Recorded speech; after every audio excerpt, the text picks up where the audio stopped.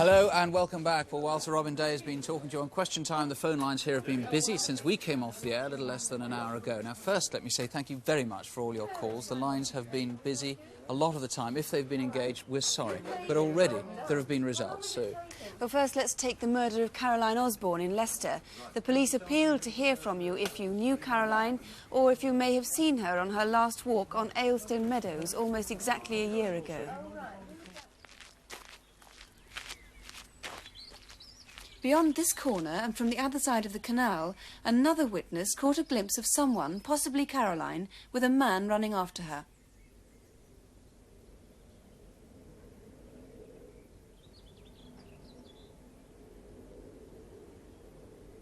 That sighting was at 6:50 p.m, and if that was her, it was the last time she was seen alive.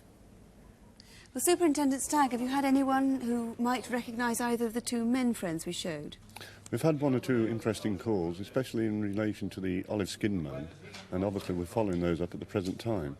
And you said you were looking for 25 men who you know were on the meadows on that day and who still haven't come forward. Any news on those? No, unfortunately, we've had no calls in connection with that. And again, I would make an appeal to the public that if they know anybody who's down there, then give us a ring, please. And does anybody know Caroline? Does anyone phone and say they knew Caroline or her husband? Yes, we've had one or two people phone from the past, particularly in connection with Gary singing in the band, and they prove interesting leads. Yes, right. Very good. And the date to remember once again is July the 29th last year, if you can help.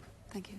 OK, we've had some excellent leads in the armed raids in Guildford in Surrey. Remember what we're looking for. The police are still seeking these two men, or it could be the same man.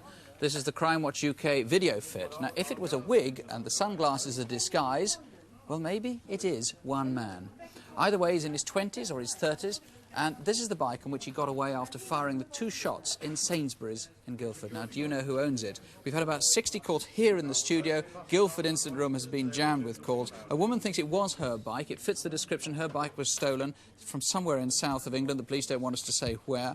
A man thinks he spoke to the robber outside a cinema on Derby Day. All the descriptions fit. The day is right. The time is right. And we've got a very good lead on who the gunman might be. That incidentally comes from a police officer, not a civilian.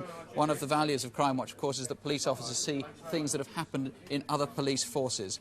And the Guildford Incident Room is still getting a large number of calls. We'll give you more numbers at the end of this update. Now, do we have anything as a result of our incident desk? Chief Inspector David Hatcher and WDC Helen Phelps appealed for help on a number of crimes. David, let's start first on the Barclays bank robbery in Liverpool, in the Kingston area. Yes, exciting news there. We've had 2 calls from entirely separate sources. Both corroborate each other and have given the officers an entirely new line of inquiry to follow. So that's what they're doing.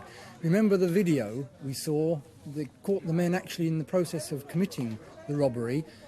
The £5,000 reward is something that should tempt you if you recognise the man on the video. I would think if I'd seen him, I would know him. And you can make £5,000. Remember, the robbers only made £2,000. Crime can pay you legitimately.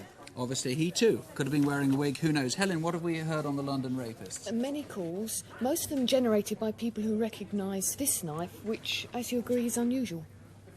Right, can we see the knife? Good. OK, well, we'll tell you more about that and give you numbers as soon as possible. Now, earlier this evening, we reported on 2 particularly vicious attacks on customers in pubs in the northwest. The first was at the Old Stanley in the Old Swan area in Liverpool. 2 men held 12 people for 2 tremendously horrendous hours that night. They robbed and beat their victims. And they repeated the attack 10 days later at another pub, this time in Warrington town centre. Now, we've had all sorts of calls from this from all over the country. Bootle, Manchester, Runcorn, all from that area. A barmaid says she's recognised one of the photo fits. A very reliable source in the Wirral says it's triggered memories. And we've got a very good lead there and possibly a vehicle that was involved. DCI John Corrin, I gather you've got some important calls as well. Yes, we have. One in particular from the Birkenhead area. A woman has rang in, believes it's a former neighbour of hers, and has given us some good information, which we're not divulging at this moment, but we're having officers investigating her information now. This minute? This time, now. Right. Thank you very much. So, Well, finally, Superintendent Prickett of Bedfordshire Police had 2 cases to handle. What progress have you made in those? First of all, you made an urgent appeal for information about the Fox, the Bedfordshire rapist. Any leads on that? Indeed, the response has been good. We've had a number of sightings of possible suspects. In fact, a number of people have rung to speak in confidence, and I would encourage people to do that, to ring the Dunstable incident room. And you'll be following all those up straight away then? We are indeed, yes. Did you receive many calls on the silver robbery at Woburn Abbey? Yes, we believe the pickaxe handle may well have been identified. We've also had calls from both members of the general public and from criminals who wish to make money by claiming the reward. So is there any particular call you think might be genuine, that might be a claimant for the £100,000? Well, I believe there may well be, yes. And are you meeting anybody as a result of those calls? We are indeed. In fact, one person is being met tonight. And what about the pickaxe? Any claimants for that? Yes. 2 people have rung and genuinely believe it is theirs. A number of other people have made suggestions, and hopeful one of these will prove positive. So that sounds like a good number of calls. Certainly it is, yes. Good. Thank you very much. And our lines are now going to close down. In a moment we'll give you the local numbers for each of the crimes that maybe you can help solve. And if you don't get the right number down, if you can help, just ring your local police. The number's in the phone book.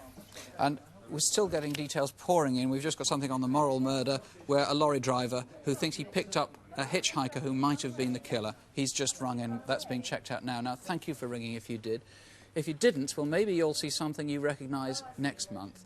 Do sleep well. Let me remind you, despite that on Crimewatch UK we feature a lot of violent crime, it's actually probably much rarer than you think, and with your help, it'll become a good deal rarer still. Thank you for watching. And remember, they'll be waiting for your call. Good night. Good night.